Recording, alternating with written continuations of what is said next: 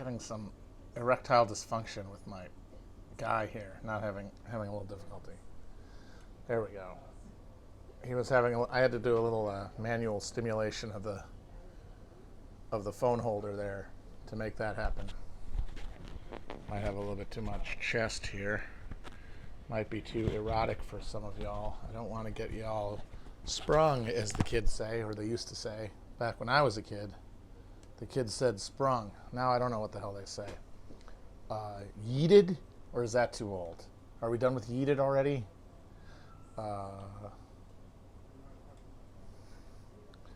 Choomed? What about choomed? Chiving? What do you say? Torqued? I like yeeted, honestly. I thought yeeted was fun.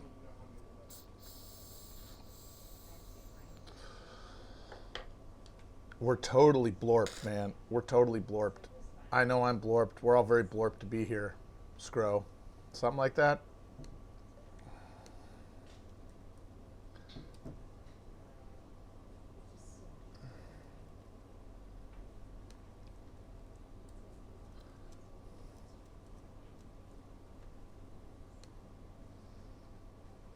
News got me feeling like this. Oh, damn it.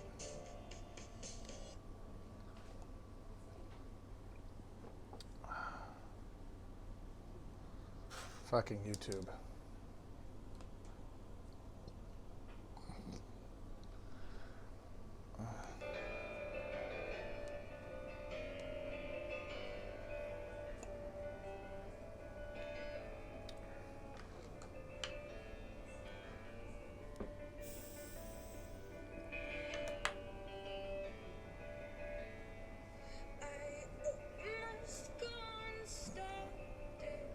I can't work that which isn't yours.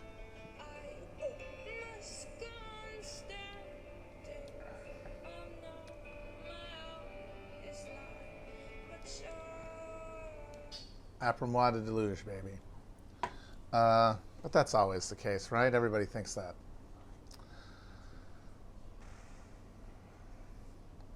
So I wanted to start off talking about the big thing about Woodward and his speech, and his a particular thing about Woodward and the thing he recorded Trump saying, which is, once again, it's hilarious. It's Trump at his best, just flat out going, "It's very deadly. It'll kill you. You cough. Ah!"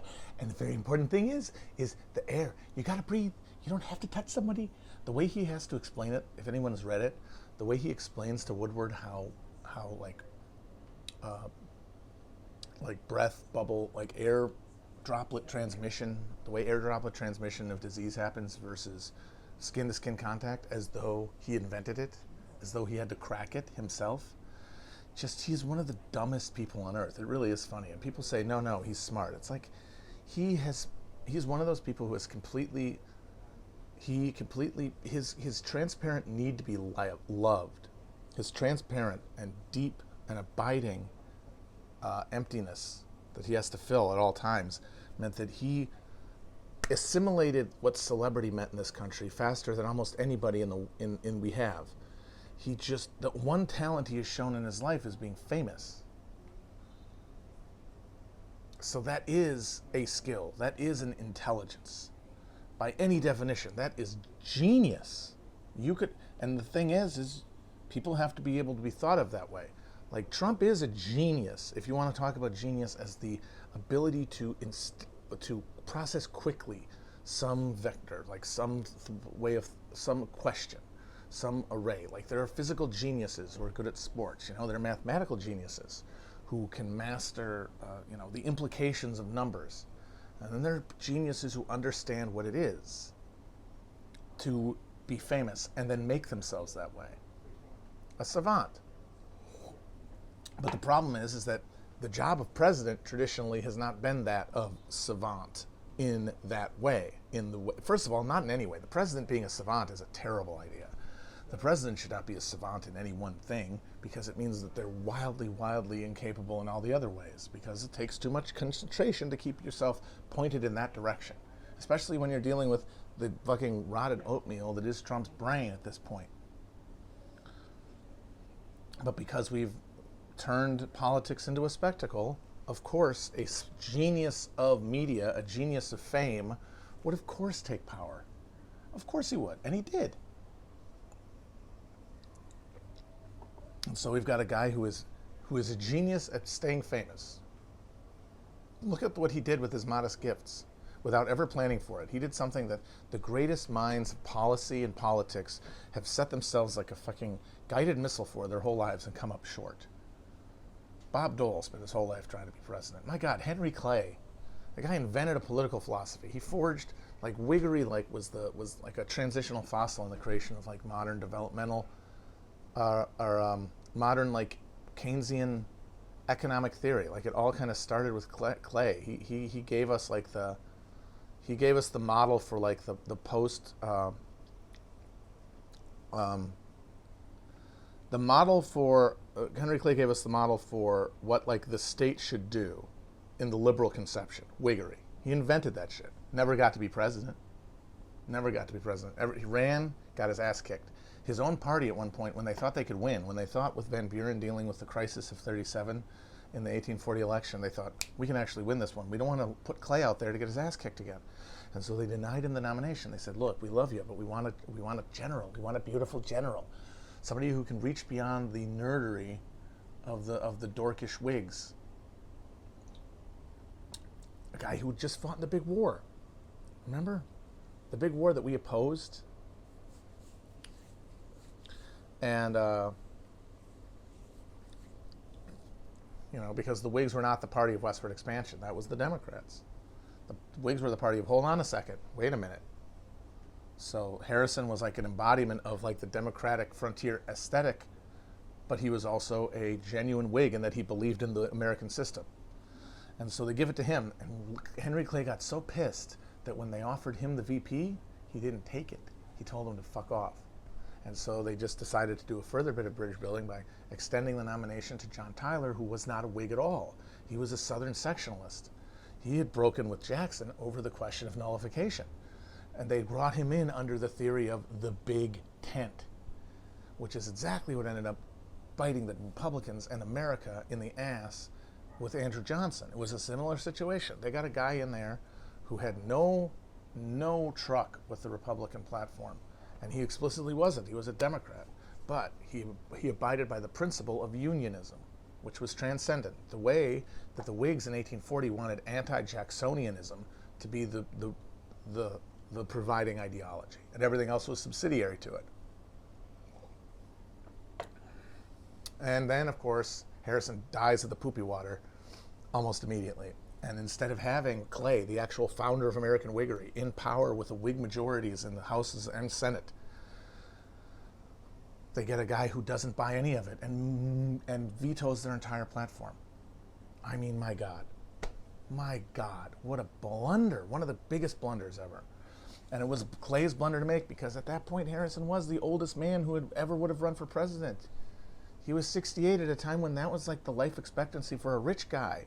Higher was lower than that. Where there was a giant stagnant pool of human shit 100 yards behind the White House. This is a recipe for a dead president, yo. Movie, remember that one?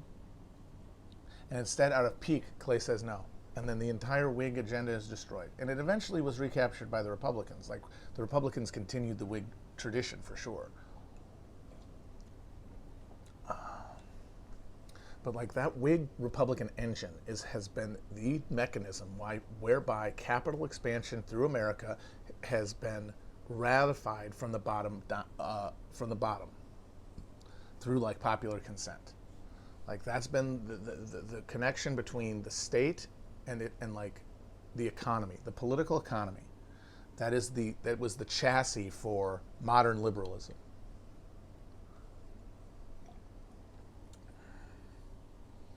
Which has been dogged by its antithesis, which is like the remnant Jeffersonian, Jacksonian yeoman theory.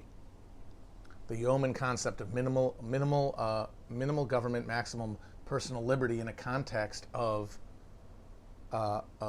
essentially free expropriation of land, i.e. settler colonialism. It is a prefigurative remnant of that that's been clashing in one form or another ever since the emergence of the Republican Party after 1865. And now, as the ability for that structure that had been created to actually deliver anything like political legitimacy to the system that it's supposed to, it might actually fall. It could potentially fall, finally, to the infiltration and the return of this Jeffersonian conception of at maximum liberty for property holders, which would then be fused with the remnant of what we have created now to become a synthetic, like neo-feudal reassertion of like the antebellum rulers of this continent. Only now, without even the necessity to create a social network or political legitimacy, it will all be replaced with technology. Technology will fill that space that was filled by popular participation and legitimacy. It's now filled by coercion and technology and surveillance. More than anything. More even than the fucking, like, drones. Surveillance. That will lock you down. That will lock you in place in a way that believing you were part of something called America that had values and there was a dream you could participate in, even if you were personally in a bad job or unhappy in life or unable to find opportunities. There was a hope for you. And one of the things you could do to make things better is participate in the political process. And you believed that, and that kept you on the path of a regular citizen, like paying bills, doing a job, or if nothing else, not being violently opposed to the state in a way that required it to smack you down with actual authority by spending actual money on you. And that space is now just going to be the fact that, well, I can't do anything else because they know where I am. They are the only reason I'm not dead, because I have been so alienated from the ability to reproduce my own life, and the means of production and consumption are completely dominated, and you have to enter into contract with some provider in order to have mere sustenance, and then what you give up for that is total social transparency. How the hell are you supposed to fight that?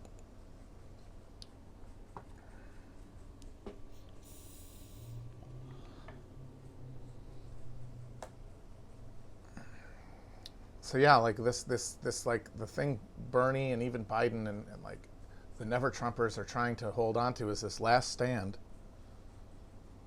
of this cracking and fracturing and destroyed government engine, this political structure, the two-party system and the three representative branches and the fucking states, the whole thing, the entire political structure. It's worm-ridden and termite-infested, and it's cracking and collapsing. And they're holding on. They're holding on because they don't know what else to do, and because they're the captains. The ships might be going down, but at least they're the captains, and they want to keep that position. And so they're going to fight to the end. They're going to fight in the rubble, like it's Berlin 1945. But eventually, they will be subsumed by some sort of like cockamamie, spectacleized, like fake fascist, maybe like popularist, Trump-esque. Pure entertainment politics that just subsumes all practical considerations, and then brutal immiseration at the point of life, but in a way that is totally isolated from ever creating meaningful resistance, because everyone's alienation is directed towards this intensified, deeply felt, like almost three-dimensional political reality that is politics as we understand it, the electoral system, the checks and balances, the Constitution, blah, blah, blah, blah, blah, all that happy horse shit.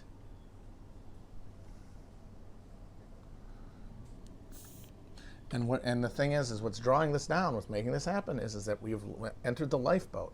That previous model worked with expansion as the undergirding understanding.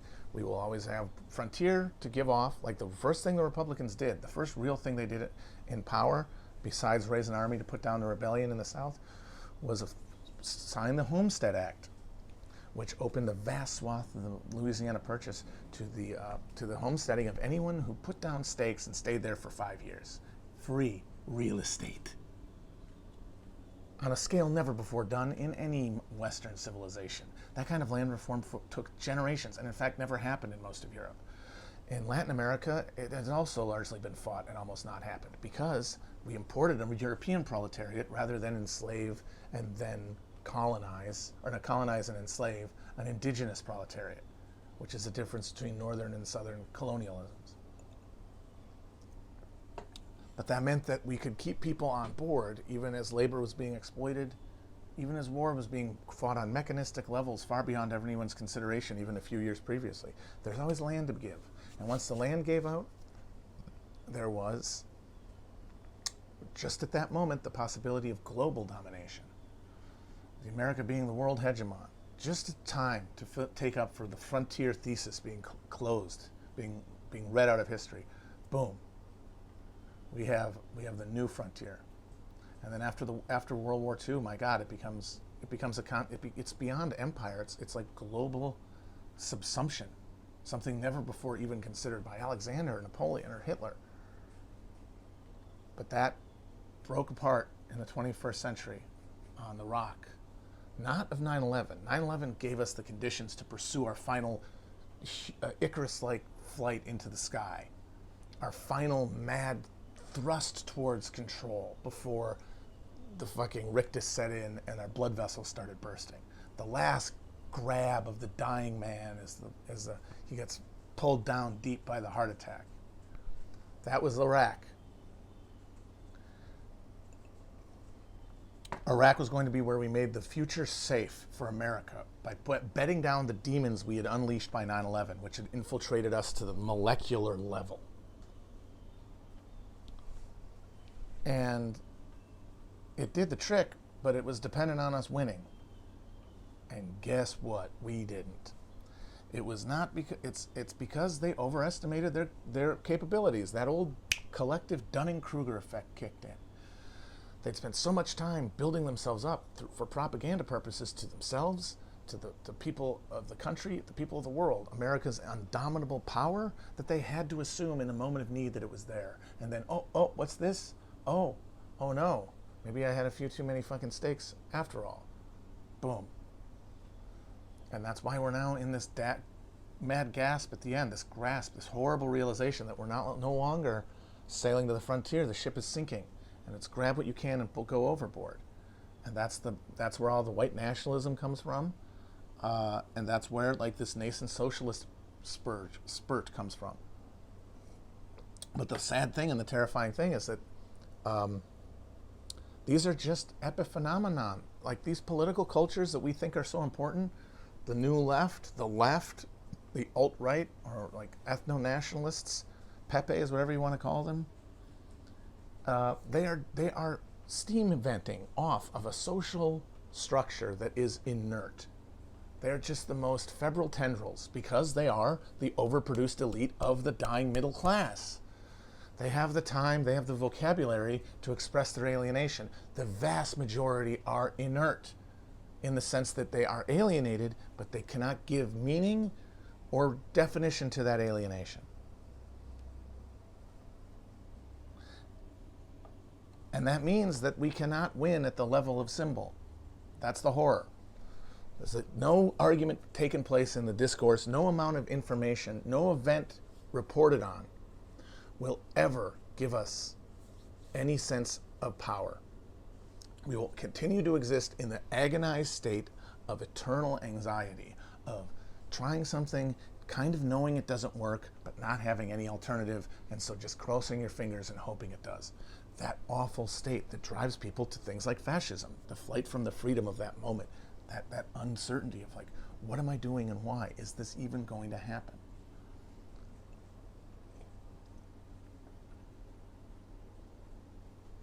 And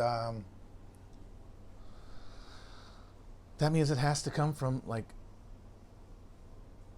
the dam breaking because of some real material conditions. In our case, the rapidly accelerating horror of the pandemic disaster that we're dealing with. This crisis that is very akin to 1905 Russia in the sense of the legitimacy of the regime being critically compromised. A regime that had like deep mystical connection to like the peasantry and our like kulak class that I talked about, the Pringles in a tube, the last generation to grow up the generation to grow up in suburban splendor and expect that as like the standard. The Pringles, for them that's true.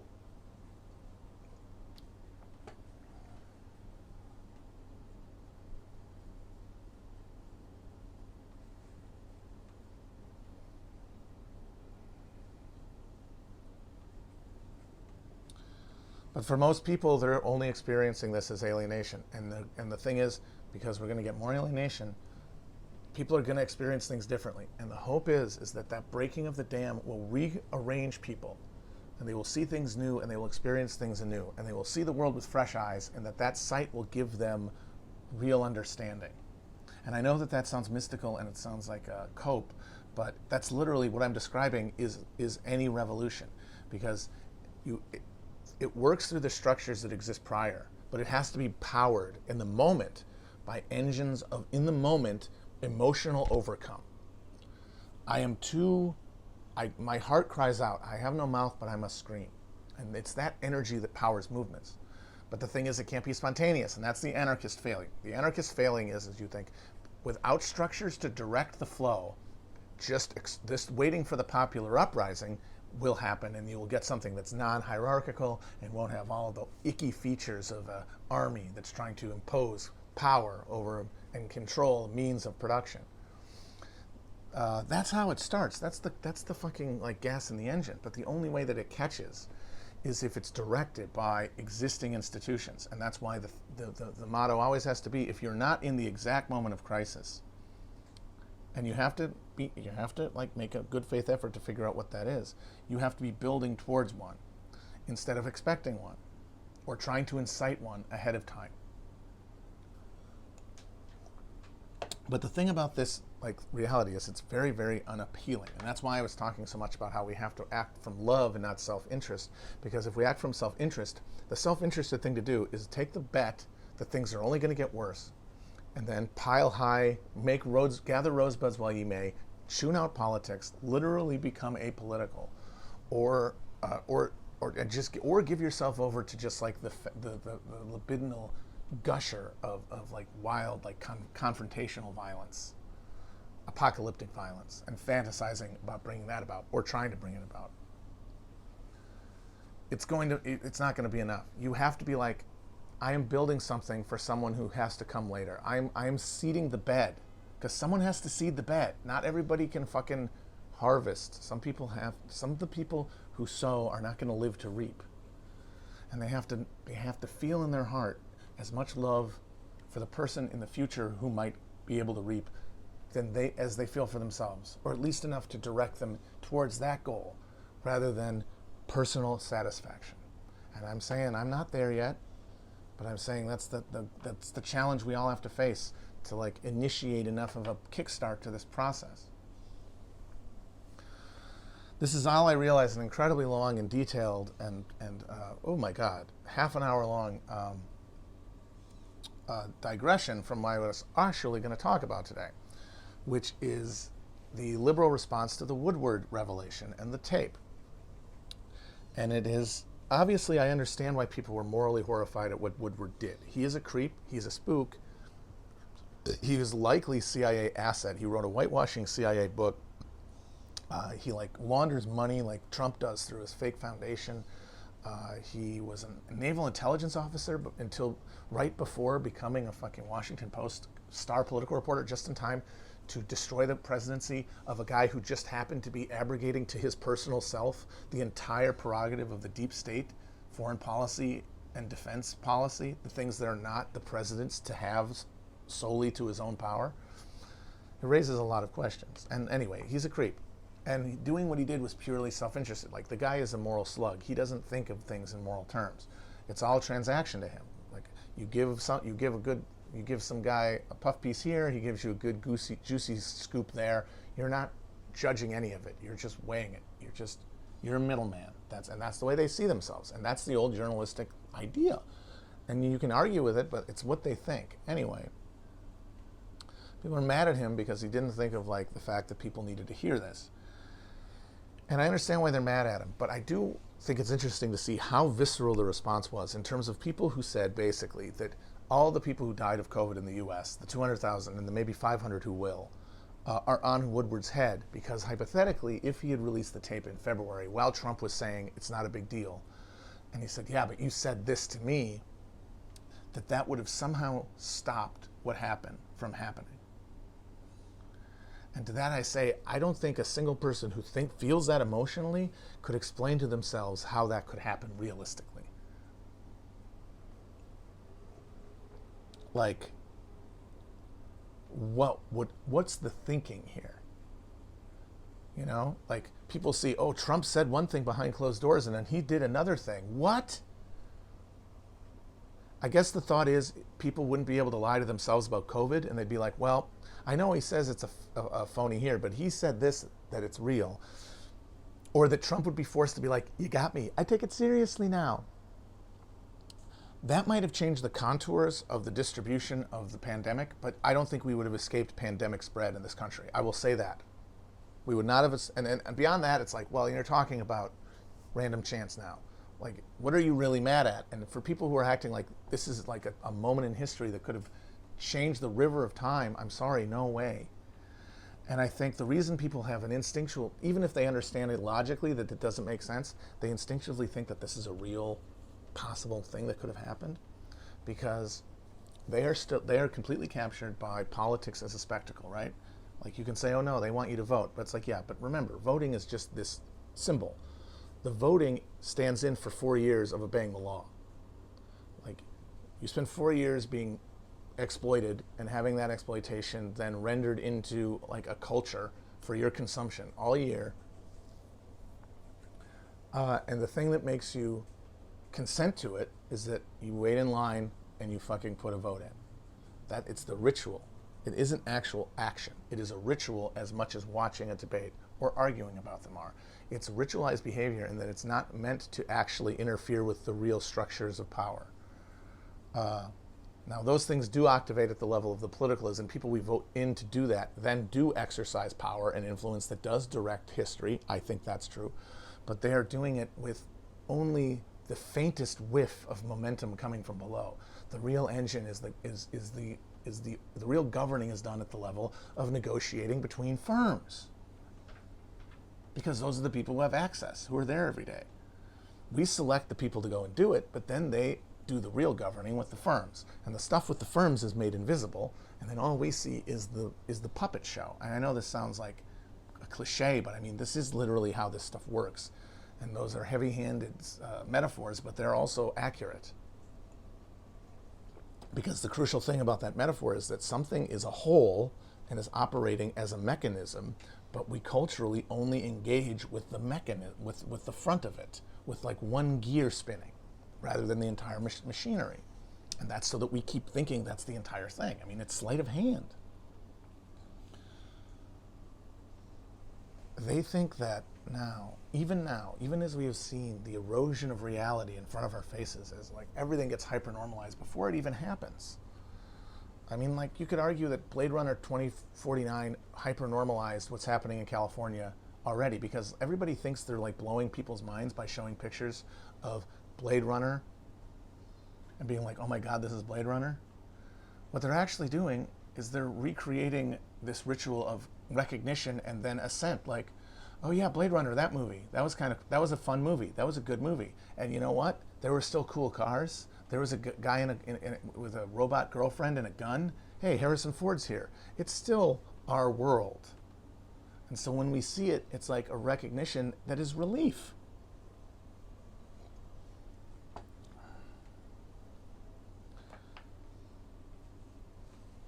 So anyway, that means that we are engaged totally in the pageantry of this thing.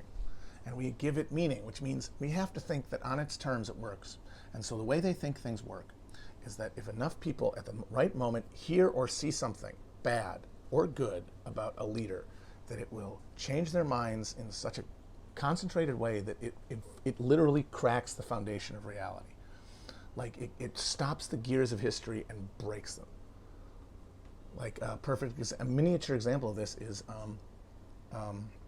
Mr. Smith Goes to Washington, where Jimmy Stewart has to do a fucking filibuster, one-man filibuster to protect the funding of some like Boy Scout troop, which honestly now after everything is very sus. It's like, why do you like Boy Scouts so much, guy? You've been talking for 40 hours about Boy Scouts? This is sus. Finally, his throat gives out as it must, and he collapses. And the reason he wins is because the evil senator who is in charge of the thing botches a suicide attempt and confesses because he was moved by the words. And every political story that we tell ourselves has that ending, where something bad is ended by everyone becoming aware of something bad and it changing things. The moment when the police march in and march away the bad guy. And we all think that that's possible. And even with Trump disproving all of our notions of political reality in front of us, we still, because we don't have an alternative, we think that's the whole show. We think participating at the level of voting and this passion play is the only way we can. So if those buttons don't do anything, we're fucked. And so we're just going to keep hitting them harder. But so we have no example. So we imagine a fantasy counterexample that cannot be disproven. So I don't think it's likely that anything significant would have changed if that had happened. But to a liberal, even if he doesn't think of it, he can imagine enough to, at the level of gonads, not even at the level of a conscious fantasy, a situation where this thing gets revealed and overnight Trump's approval rating drops to 0. Everyone on Fox News distances themselves from Trump. And it's essentially what happened in Watergate, which is the actual model for all of this. Like, Watergate is the one time it happened that they have now modeled the rest of the world on, even though time has passed. And the political economy we had, and especially the partisan constituency of Congress, which is a huge, huge part of it, and also the state, the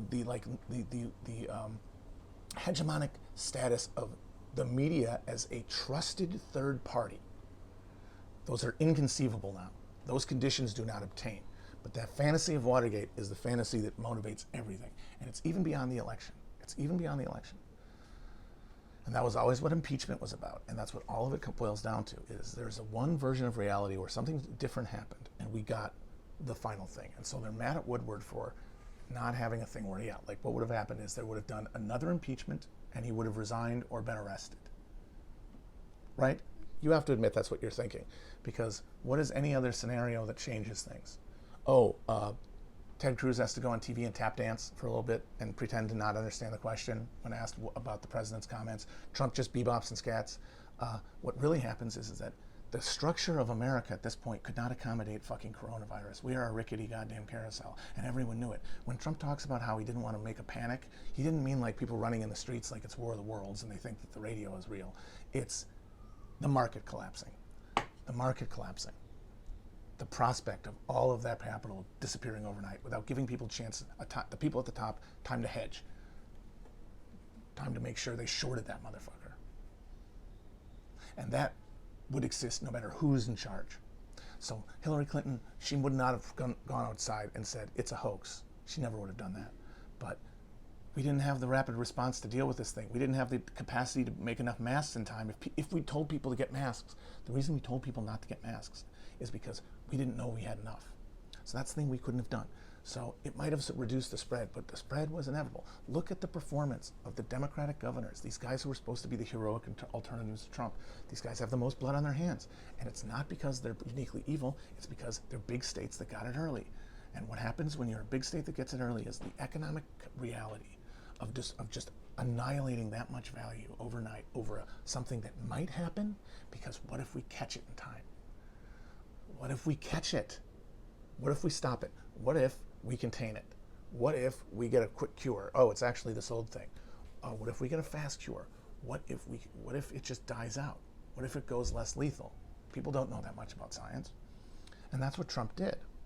And that's, I would say, what any of them would do, while doing maybe a little bit more to put the brakes on the economy. They would not have slammed shut on the economy the way that would have been necessary to stop the thing from becoming what it became. We would have slow rolled our way into it one way or the other, because we could not stop the fucking wheels from turning. This stuff is all borrowed money. It's a bunch of water wheels of debt that have to be serviced on a moment-by-moment basis. And that means constant inputs. And the end of the road of this constant world machine is the American fucking consumer economy. You cannot turn it off, sir, at a moment's notice. Now, you can turn it off if you have to, and we did, but they gave him fucking time. They gave him time. They gave him time to hedge their bets. They gave him time to get out. And they made it time for them to even make money shorting the motherfucker, which a number of them did. The fucking Congress people did. And so we know for a fact that nothing would have changed absent Trump just being like blown out of office. And even then, you're just solving the problem of Trump. You're not solving anything having to do with coronavirus. You're just actually fixating on getting Trump out because nothing else has worked. And you're afraid that you fucked up by picking Biden and you're going to lose again. They're terrified they're going to lose again. They're so fucking scared they're going to lose again. And so they're imagining, oh my God, what if we got him back in February? They lead him out of the White House in handcuffs, because what could have happened? But what Trump did is what any of them would have done. They would have said, oh God, we don't know if we can contain this economically. We don't know if, with infrastructure. If this overcomes us, that's like a doomsday scenario. But hey, we have no way of slowing this economic machinery, and we don't have the infrastructure and resources to combat it from the point of view of state action, because all those limbs have atrophied.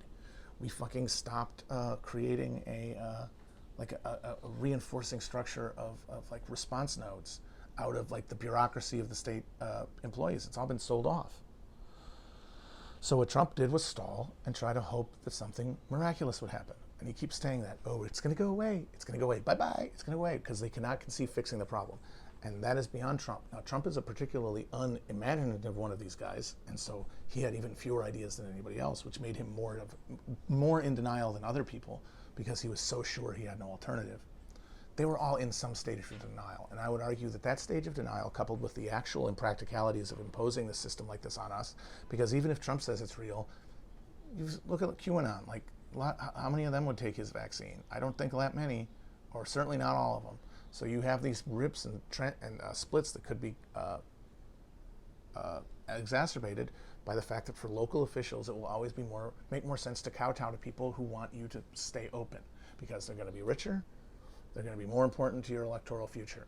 The people who are most at risk are going to be the most expendable. And that calculation runs no matter which party you are or what level of power you have. But of course, the response to this is, well, if there's no level of symbol that will work, if the thing is on grooves so that there's nothing Trump can do to be interfered with, which implies, because a lot of these people assume Trump will try to steal it, at this point, they now think that anything he tries to do, he will succeed at. And I gotta say, it's a hell of a track record. He has not failed at much that he's really tried to do. I mean, hell, he didn't even become fucking president through effort. At least, I mean, there was trying there, but it sure as hell wasn't him. You know, now he's flailing away at it. And of course, once again, it wouldn't work against another opponent. Like, Trump is adjusting to his opponent's weaknesses. And because he went after Hillary for being crooked and part of the establishment. He started doing that with Biden, if people remember. He tried to do like the crooked Biden thing and like look at Hunter and all that stuff. But he is now singled in on, because he watches the news omnivorously. You saw today, he talked about how in the midst of a pandemic, he spent the entire day watching television. He watched Fox News for 9 hours, and he was bragging about it. Amazing, amazing mind.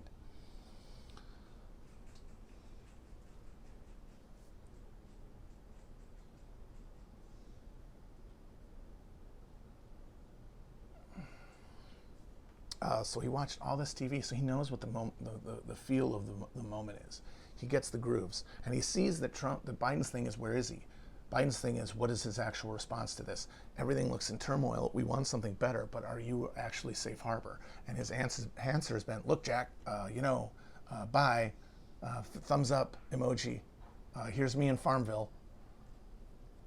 He has reinforced every concern that he's a literal empty suit, like just a scarecrow man. And that's like a real thing. And the thing is, and it's exacerbated by the fact that the Democratic Party is not in a position to make any promises to anyone, because it knows it can't even try to fucking keep them, because it might win too much. What if they really won? What if they were back in the Obama position? They wouldn't be able to do what they need to do. They want to avoid that. They want divided government above all else, because they do want to make sure that Trump doesn't just like personally take over the government, because, hey, they had to deal with the Republicans. They didn't have to deal with Trump. And that's like the real split here. It's the people who've accommodated themselves to Trumpism as a third force in politics that is like now remaking the landscape, or the ones who are sticking with like the old fragments and trying to weld them together, like the old Republican Party, like the up until Romney Party, to the Democrats. And they don't want to take power under a moment of emboldened progressive demands. That's why they had to destroy Bernie at all costs, including the cost of thousands of their own voters, for Christ's sake. They had to fucking stop him no matter what. And it's really frustrating because, like, it shows that how much work there is to do, because Bernie got real far with the media entirely against him, and with that media having a direct propaganda line from the Democratic Party to their own voters. They're like a baby bird. They were feeding voters their own beliefs, incepting them every day on MSNBC and on CNN and on the internet in general, like the respectable sites that they would look at, not QAnon stuff. And they still did really well, but they weren't breaking through to that second layer I talked about. And that's why I get so frustrated with people who take the discourse seriously, because they say, well, the discourse powered, Bernie and brought him down. But like, Bernie was still reaching out way farther into that repressed loam than the fucking discoursers online are. And it still wasn't enough, which means you're way farther away from it. And I guess the thinking is, if you try harder, you will like create a bigger political structure. But I don't think the evidence persists for that. We're going to have to go back and refocus our energy. People are going to have to refocus their energy. That's going to be, I'd hate to sound like a crystal guy, but we have to refocus our energy. And as for whether Biden wins or Trump loses, I don't know. And this is the important thing about the Democratic fantasy, the liberal fantasy of like having the discourse make everyone's mind at once in one way, like just flash frying us to some sort of political consensus that transcends the moment that brought us to Trump being in power, is that if he loses the election and goes in any way, he will still be there. He will be Banco's ghost. He will be the nightmare jester. He's going to have his own TV station. ONNA, baby. He's going to be the man every night. And QAnon is going to be growing. And this will be the specter that haunts them. And that means that they have to increase their fantasies and the richness of their fantasies of those what-if moments, those counterfactuals where it could have been different, which can never be disproved because they never happened. And they never happened because they were impossible. This is cloud cuckoo land, what people like to call.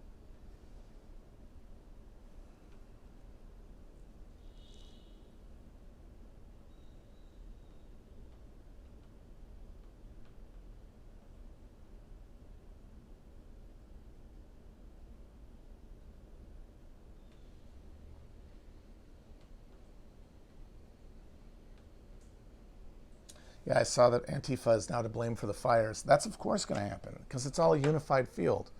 It unfolds eventually everything, because what it is it's a discursive map, right? It's a map of territory. It's mapping reality, which means eventually it touches everything you touch.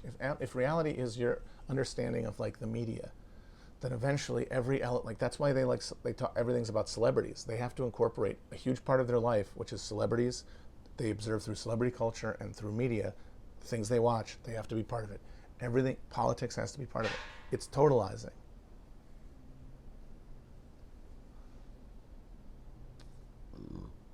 So of course, if there's a bad thing that happens, especially if the other answer is lies, George Soros lies like global warming, like that's especially it.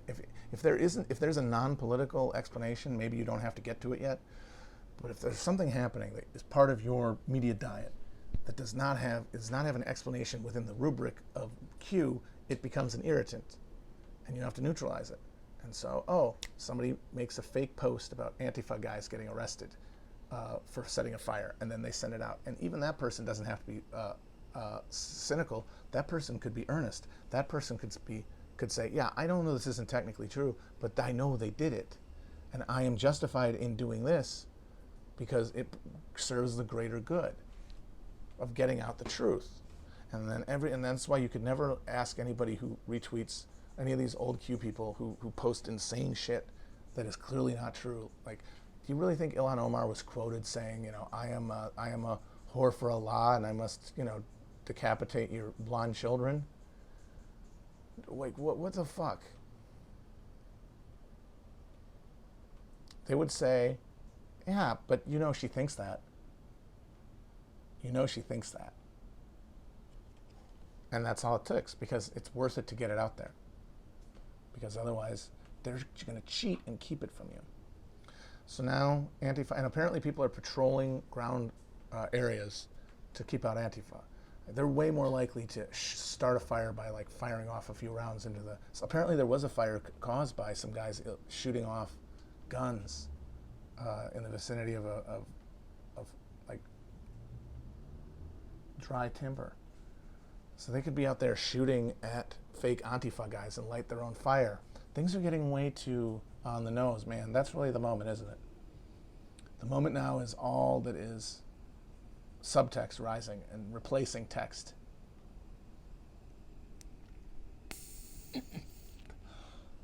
It's a bummer, man. It's a real bummer.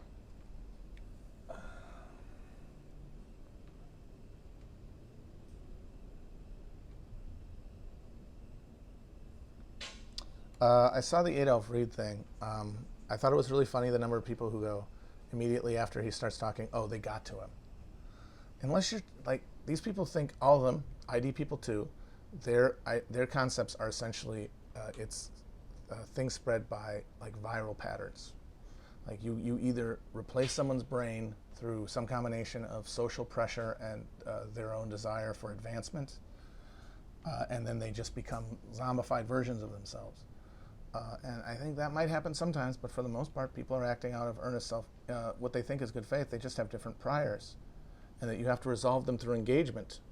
You cannot resolve them by declaring them heretics and just reinforcing every time something happens the same old arguments, because you drive yourself further and further away. And that drives people towards these absurd positions that like the new ruling class is like fucking blue checks.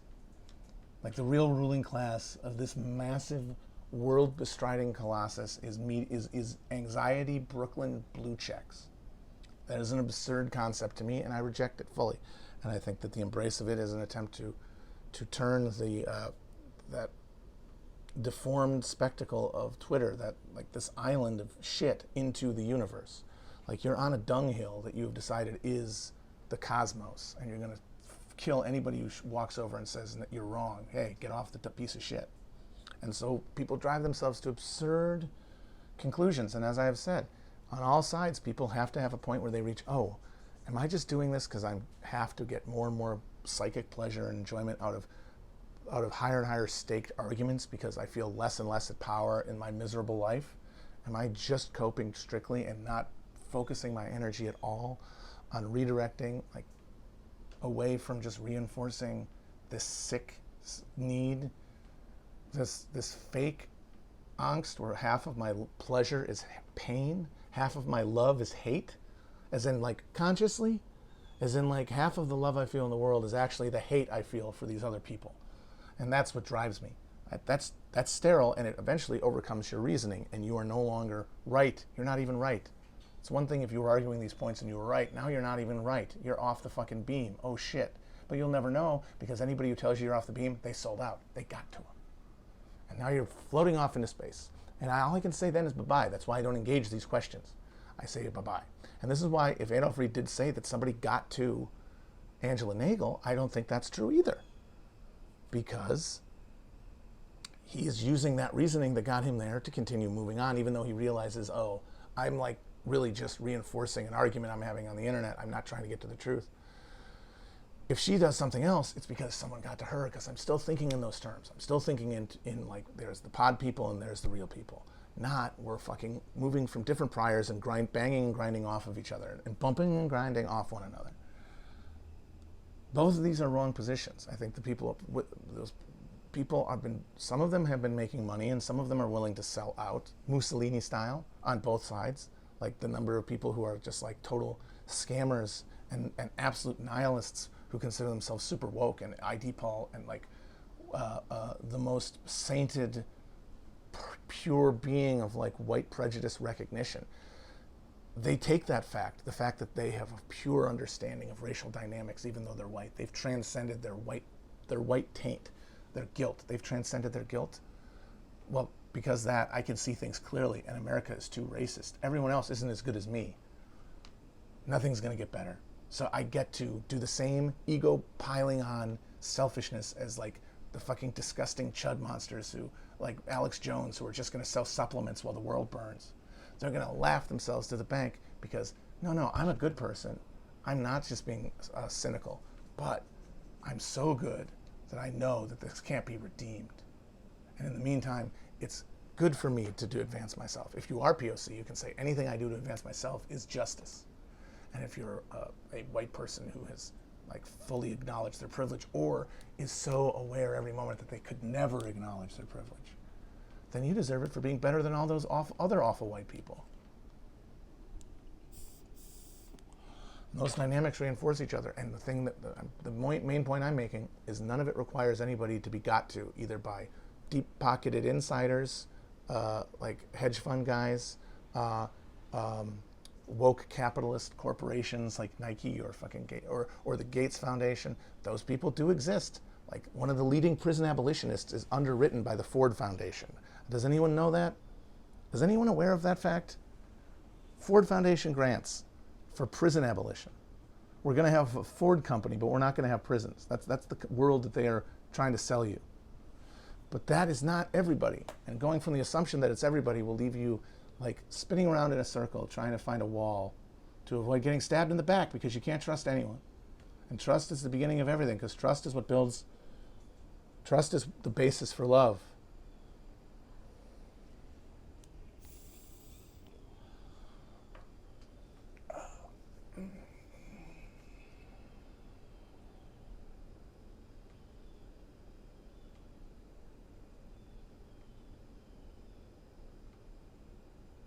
And of course, people say there's no left-wing heritage foundation. No, but there is. There is a meager scrap of clout to be had. There are jobs. There's streams of revenue.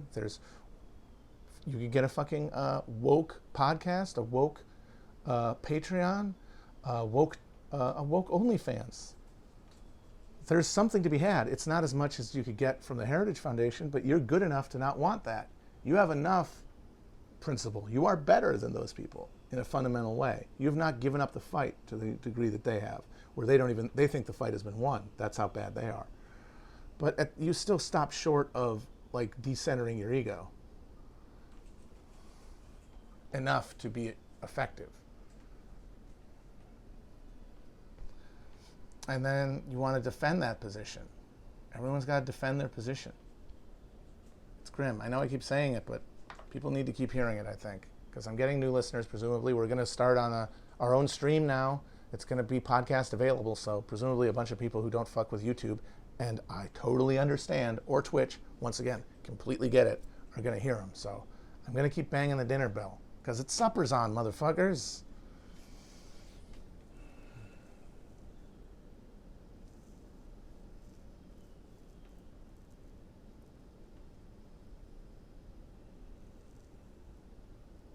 All right, guys, I'm going to go. Peace.